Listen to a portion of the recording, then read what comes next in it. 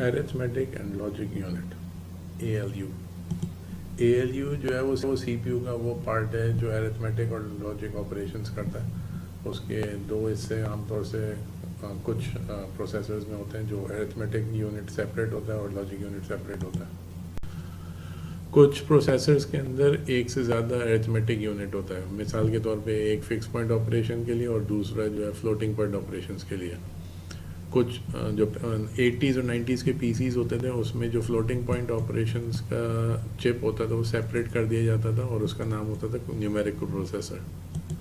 उसका एग्जांपल ये है जो 386 CPU है इंटेल का, उसके साथ एक i387 चिप आती थी। ये न्यूमेरिक प्रोसेसर है जो कि अलग से ख़रीदा जा सकता है। इस तरीके की ये जैसे मिसाल है 486 CPU जब आया था तो उसके साथ 487 को प्रोसेसर आता था और ये चिप जो है अलग से मदरबोर्ड पे जिप सॉकेट में लग सकती थी। तो इसका मकसद ये होता था कि कुछ लोगों को एक्स्ट्रा ख़र्चा नहीं करना होता था, इसलिए कि उनका फ्लोटिंग पॉइंट नंबर्स का या रियल नंबर्स का इतना काम नहीं होता था, उनको जनरल CPU से काम उनका काफ़ी था। तो इस वजह से मार्केट में उस ज़माने में इंटीग्रेशन इतनी चिप्स इतनी सस्ती नहीं होती, तो इस वजह से जो को प्रोसेसर है उसको अलग करते थे उन लोगों के लिए जिनको इंजीनियरिंग या कैड कैम और इस किस्म के काम करने, तो वो लोग खर्चा करते थे को प्रोसेसर एक्स्ट्रा लगवाने में। इस ज़माने में जब आपको प्रोसेसर का वर्ड इस्तेमाल होता है तो इस किस्म के अलग से पूरे चेसिस के अंदर डिवाइसेस लगती हैं जिनके अंदर बहुत सारे GPUs होते हैं। GPU का अल्फाज जो कॉमन 2000 के बाद से हुआ है। जब पहले तो जब ग्राफिक्स आए थे और मूवीज़ ने ग्राफिक्स रेंडरिंग इस्तेमाल करी तो उनको बहुत सारे रियल नंबर्स की कैलकुलेशंस चाहिए थी। फिर जब गेम्स आने शुरू हुए तो गेम्स रियल टाइम रेंडरिंग करने की कोशिश करते थे, तो उनको और ज़्यादा पावरफुल किस्म के ग्राफिक्स प्रोसेसिंग के लिए बहुत ज़्यादा रियल नंबर प्रोसेसिंग चाहिए होती थी। तो आजकल जो कॉमन टर्म है वो है GPU, और GPU बहुत सारे जब जमा होके एक पूरे डिवाइस बनाते तो उसको भी आजकल को प्रोसेसर कुछ लोग कहते हैं। जिनको इंटरेस्ट है कि को प्रोसेसर या सुपर कंप्यूटर्स और हाई परफॉर्मेंस GPU के इलाके में कोई रिसर्च पेपर करना है तो वो अलग से डिस्कस कर सकते हैं। नॉर्मली जो ALU है उसके डायरेक्ट बस से कनेक्टेड होता है, प्रोसेसर कंट्रोलर से भी और मेमोरी से भी, आमतौर से PC में।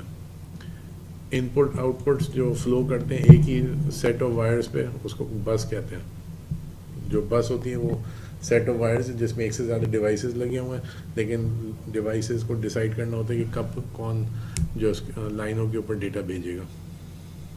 जो ALU का इनपुट होता है वो एक इंस्ट्रक्शन वर्ड है, कभी कभी उसको ऑपरेशन कोड या शॉर्ट में ऑप कोड भी कहते हैं।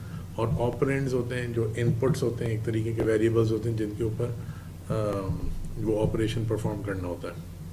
ये समझेंगे फंक्शन की तरह, उसके अंदर वेरिएबल्स इनपुट हो रहे हैं और फंक्शन को ये भी बताया जा रहा है कि कौन एक फंक्शन के पास एक से ज़्यादा फंक्शंस अवेलेबल हैं, वो कौन से वाले परफॉर्म करने हैं। और एक फॉर्मेट कोड है जो ये बताता है कि जो इनपुट्स और आउटपुट्स हैं वो किस फॉर्मेट में होंगे। जो ऑपरेशन कोड है वो बताता है कि कौन से ऑपरेशन परफॉर्म होंगे। मिसाल के तौर पे दोनों को ऐड करना है, सब्ट्रैक्ट करना है या कोई लॉजिकल ऑपरेशन परफॉर्म करना है। और जो फॉर्मेट है वो ये बताता है कि ये लॉजिकल बिट्स हैं, इंटीजर है या रियल नंबर है या फिक्स पॉइंट नंबर है। जो ALU है उसका आमतौर से रिप्रेजेंटेशन इस शक्ल के शेप से होता है और नॉर्मली ये सब इधर लिखा हुआ नहीं होता, बस इतना सा होता है रिप्रेजेंट करने के लिए। उसके इनपुट में दो ऑपरेंड्स हैं, जैसे दो वेरिएबल्स हैं, और स्टेटस जो पिछले इंस्ट्रक्शन का अगर स्टेटस आउटपुट है तो वो इसके इनपुट में भी आ रहा है, और जो स्टेटस वर्ड भी कहलाता है। ऑपरेशन कोड जो इंस्ट्रक्शन वर्ड है वो बताता है कि कौन से इंस्ट्रक्शन इसके ऊपर अप्लाई होगा, और आउटपुट में स्टेटस आता है और इंटीजर रिजल्ट या लॉजिकल रिजल्ट होगा या रियल नंबर होगा। दो तरीके होते हैं फ्लोटिंग पॉइंट्स नंबर्स को रखने के। एक है फिक्स्ड फ्लोट, जो डेसिमल पॉइंट है या रेड एक्स पॉइंट है फिक्स्ड है, और दूसरा है कि वो मूव कर सकता है। मिसाल के तौर पे अगर डेसिमल पॉइंट फिक्स्ड है और हम बेस 10 नंबर्स की बात कर रहे हैं, फॉर एग्जांपल 8 डिजिट्स हैं और बीच में डेसिमल पॉइंट है, तो 0.0001 से लेके 99,999 नंबर्स रिप्रेजेंट करे जा सकते हैं। जो लार्जेस्ट नंबर है वो 10,000 के करीब है और जो स्मॉलेस्ट नंबर है वो 1/10,000 है।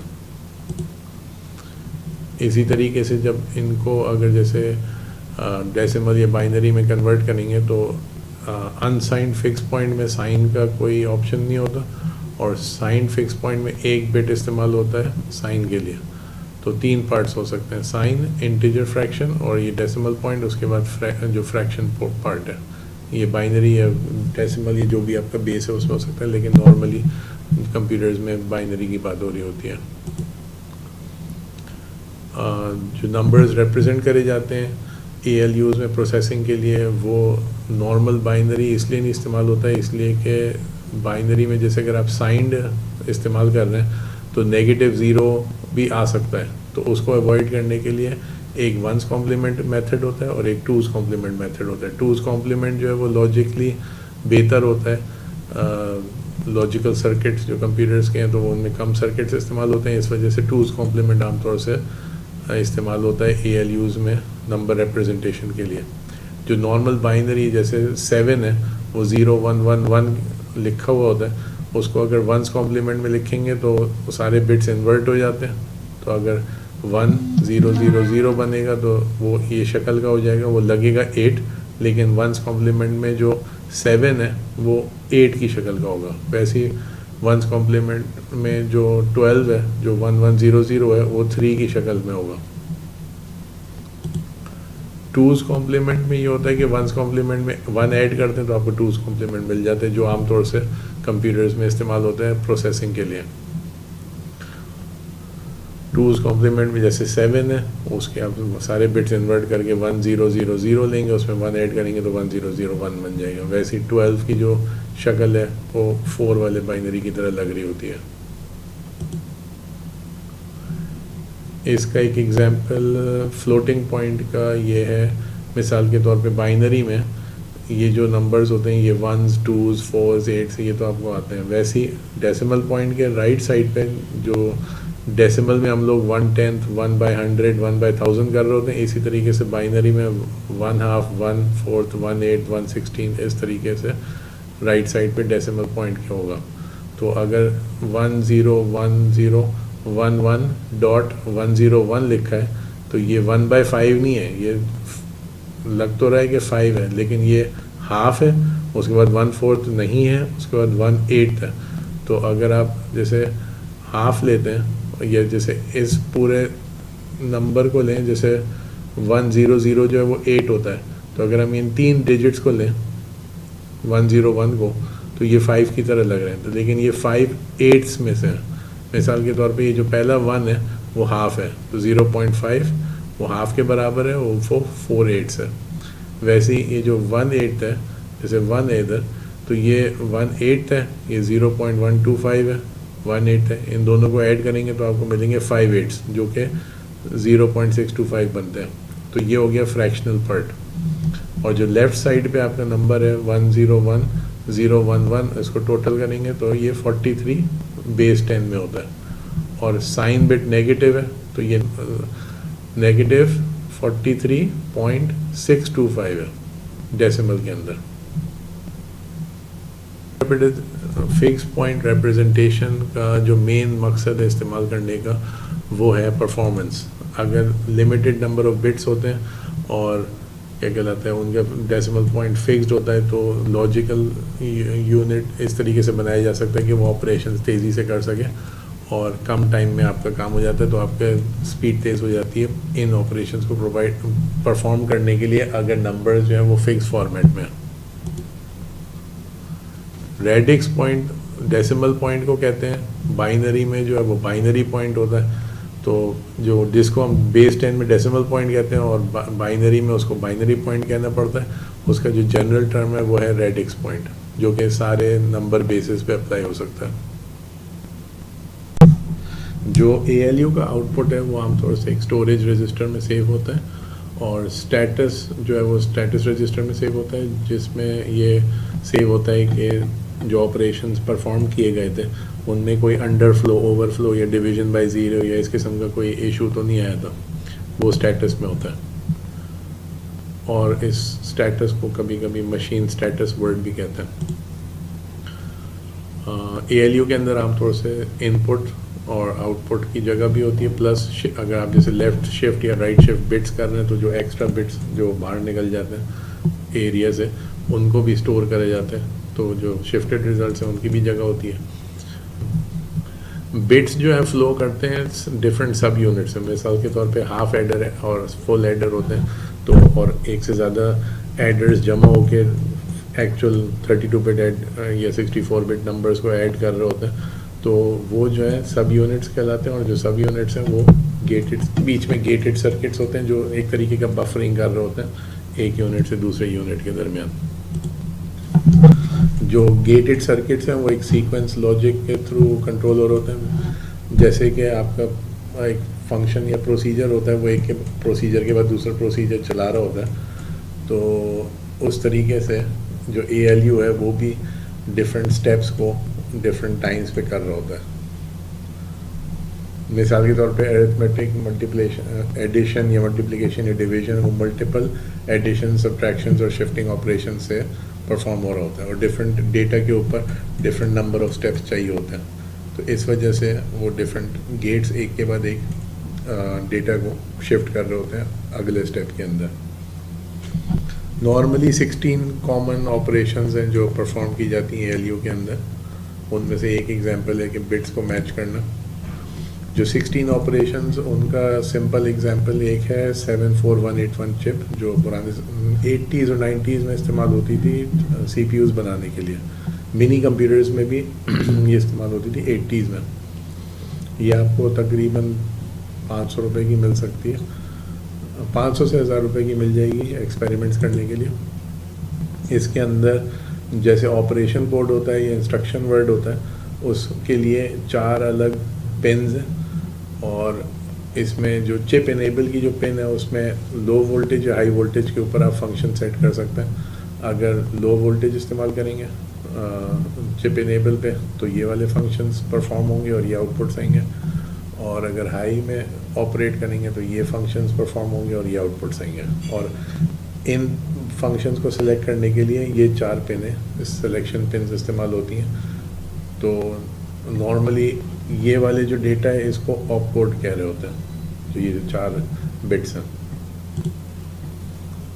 एक्टिव, लो और हाई जो है उसके अपने फ़ायदे नुकसान होते हैं कि वो डिपेंड करता है इलेक्ट्रॉनिक्स डिज़ाइन का जो आप सर्किट बना रहे हैं। वो इसमें कवर्ड नहीं है कि एक्टिव और हाई और लो का फ़ायदा क्या होगा और कब इस्तेमाल करना है, वो इस कोर्स में कवर्ड नहीं है।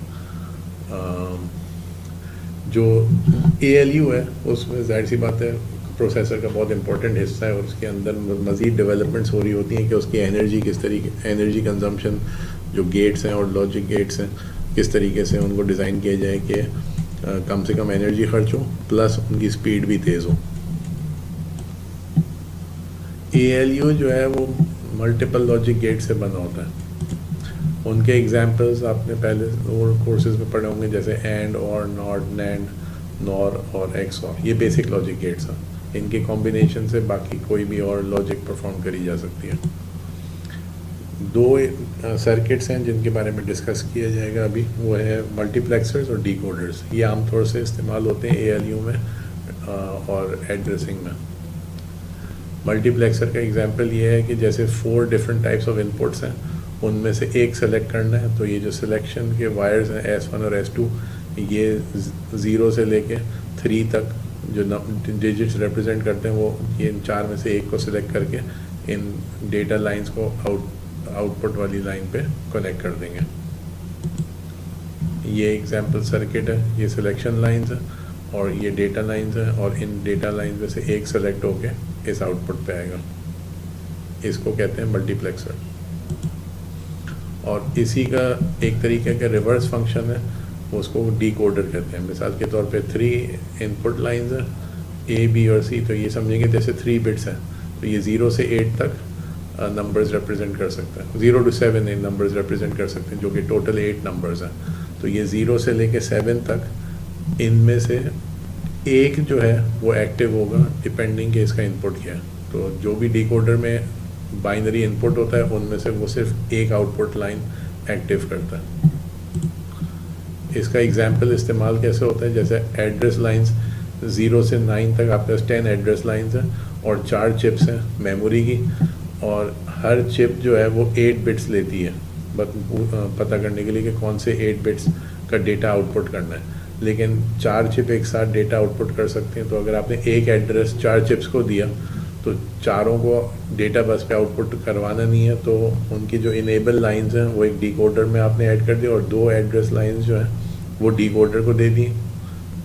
तो डिकोडर जो है इन 4 में से एक चिप को इनेबल करेगा और बाकी जो 8 लाइन है वो चिप को बताएंगे कि कौन से एड्रेस की बात हो रही है, और इन चारों चिप में से सिर्फ एक ही 10 बिट का एड्रेस और 8 बिट का डेटा आउटपुट में आएगा।